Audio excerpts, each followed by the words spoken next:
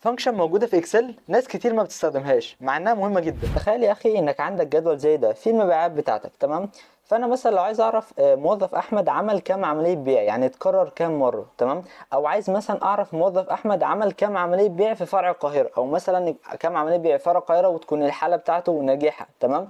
كل ده اكسل وفره لك في داله اسمها كاونت افس، تمام؟ دلوقتي هنعرف ازاي نستخدمه. اول حاجه اروح عند السيل فاضيه، تمام؟ وابدا اكتب ايكوال واكتب اسم الفانكشن بتاعتي، تمام؟ اللي هي كاونت افس بالشكل ده كده. خلاص، بعد كده هبدا اختار الاول الرينج اللي انا بدور فيه. فانا بدور فين؟ في اسماء الموظفين، بدور على احمد اتكرر كام مره، فابدا احدد الكولوم ده. خلاص، بعد كده اعمل كوما او سيمي كولوم على حسب الفيرجن الاكسل اللي عندكم، واكتب بقى ايه اللي انا بدور عليه. فانا بدور على احمد، تمام؟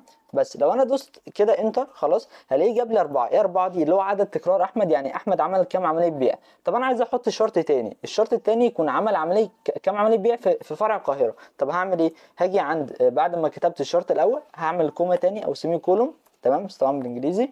وابدا اكتب ايه؟ بيقول لي الرينج تاني. الرينج تاني انا بدور بقى في ايه؟ في الفروع، صح؟ فهبدا اختار الكولوم بتاع الفرع، تمام؟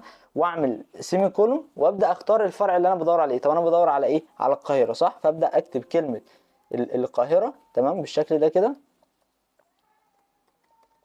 بس طبعا بين كوتيشن وبين علامات ترميز عشان ده ايه؟ ده سترينج او ده حروف يعني او كلام. خلاص، بعد كده دوس انتر فجاب لي 3. 3 دي بقى كده معناها ايه؟ معناها ان الموظف احمد عمل 3 عمليات في فرع القاهره. خلاص، ده كان فيديو النهارده، اتمنى انتوا استفدتوا. استنونا في فيديوهات جايه من سلسله تريكات اكسل.